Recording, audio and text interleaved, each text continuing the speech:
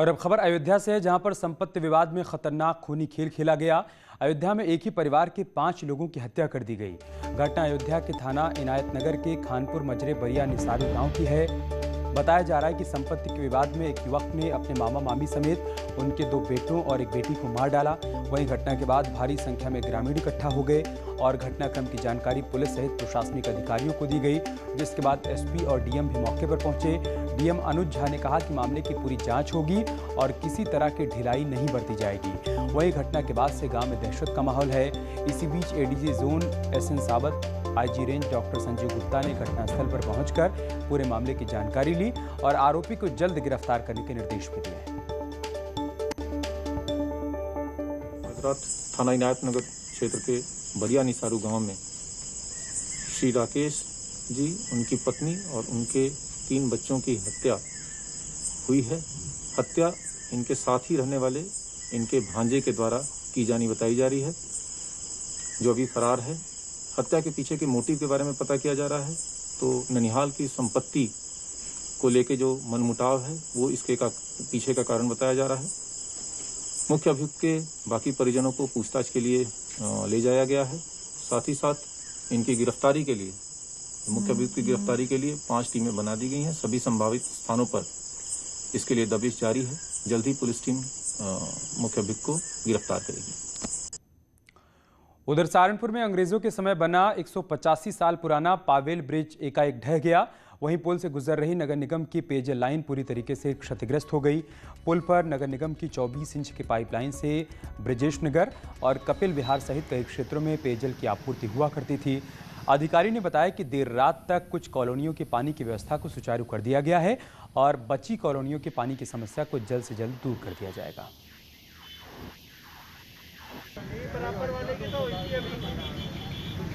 अभी हम ये फिलहाल ये चाह रहे हैं कि दोनों तरफ से दोनों जो इसकी आवाजाही है पानी की उसको ट्रांसफर करके रोक दिया जाए और अभी हम पानी चालू कर देंगे। इससे थोड़ा सा दिक्कत ये आएगी कि ब्रिजेश नगर में प्रेशर की दिक्कत आएगी और हमारी टीम लगातार, जैसे हमें पता चला शाम 4 बजे से हम लोग यहाँ पे लगे हुए हैं और अभी हमारी पूरी टीम काम कर रही है और इसको हम आज लगभग 1 सप्ताह के अंदर इस लाइन को बिल्कुल दुरुस्त करके बिल्कुल चालू कर देंगे। सहारनपुर में एडीएम हिमांशु नागपाल साइकिल से कोरोना कर्फ्यू का जायजा लेने के लिए निकल पड़े। इस दौरान बेवजह घूम रहे लोगों को एडीएम हिमांशु ने फटकार लगाई और साथ ही कुछ लोगों से उठक बैठक भी कराई। हम आपको 2 तस्वीरें दिखाएंगे जिसमें डीएम साइकिल से कोरोना कर्फ्यू का जायजा लेते हुए नजर आ रहे हैं। वहीं दूसरी तस्वीर में बेवजह बाहर घूमने निकले लोगों को उठक बैठक करवाई जा रही है।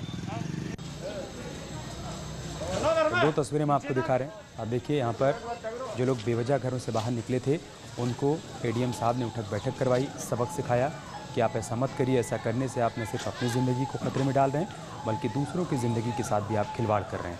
और जो आप पहली तस्वीर देख पा रहे हैं, साइकिल से जायज़ा लेने के लिए यहाँ पर पूरे इलाके का उन्होंने भ्रमण किया, निरीक्षण किया।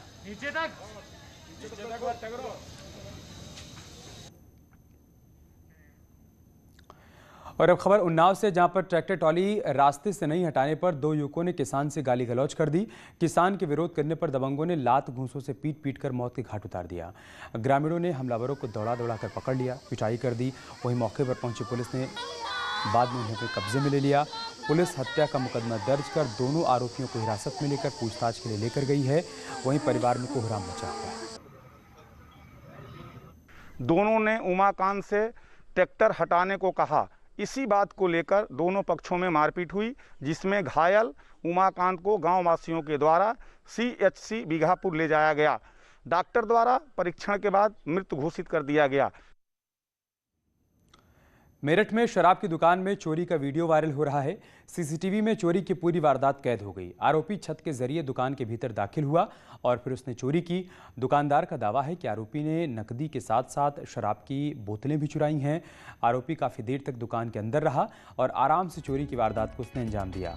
काफ़ी देर बाद उसने अपना चेहरा भी कपड़े से ढका और सीसीटीवी कैमरा तोड़ने की भी कोशिश की, लेकिन उससे पहले ही उसकी करतूत सीसीटीवी में रिकॉर्ड हो चुकी थी।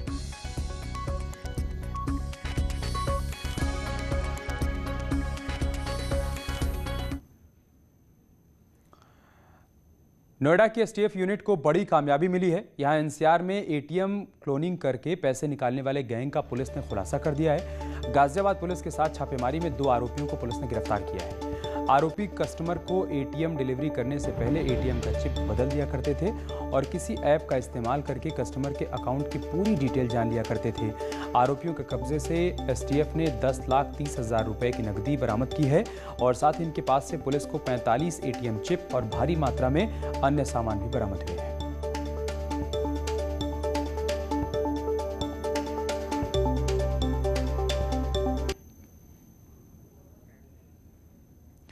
कोरोना संकट के बीच यूपी पुलिस ने एक बार फिर से मानवता की मिसाल पेश की है।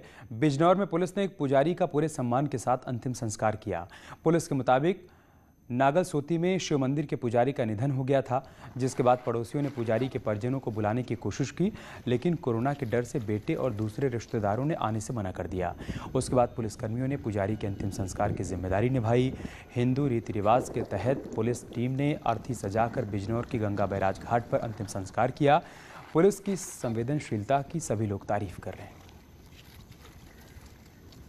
एक 75 वर्षीय व्यक्ति जो हनुमान जी के मंदिर पर पुजारी का काम करते थे, इनकी कल मृत्यु हो गई। दाह संस्कार के लिए मंदिर कमेटी को गांव के लोगों से एवं उनके पुत्र, बहू, दामाद सबसे संपर्क किया गया, कोई नहीं आया। इन लोगों ने पुलिस बल के साथ हिंदू विधि विधान रीति रिवाज के साथ गंगा नदी के तट पर दाह संस्कार किया। उधर चित्रकूट में तेज रफ्तार पिकअप और वैन में टक्कर हो गई। हादसे में बाप बेटे समेत 3 लोगों की मौत हो गई, जबकि 4 लोगों की गंभीर रूप से घायल होने की बात सामने आई है। यह हादसा भरतकूप थाना क्षेत्र में नेशनल हाईवे 35 पर हुआ। हादसे के बाद की तस्वीरें देखिए आप, कैसे यहां पर 2 गाड़ियों की टक्कर हुई है और पिता पुत्र के इस दर्दनाक हादसे में जान चली गई है। 3 लोग काल के गाल में समा गए हैं और 4 लोग इस हादसे में घायल हुए हैं, जिनको अस्पताल में भर्ती करवाया गया है।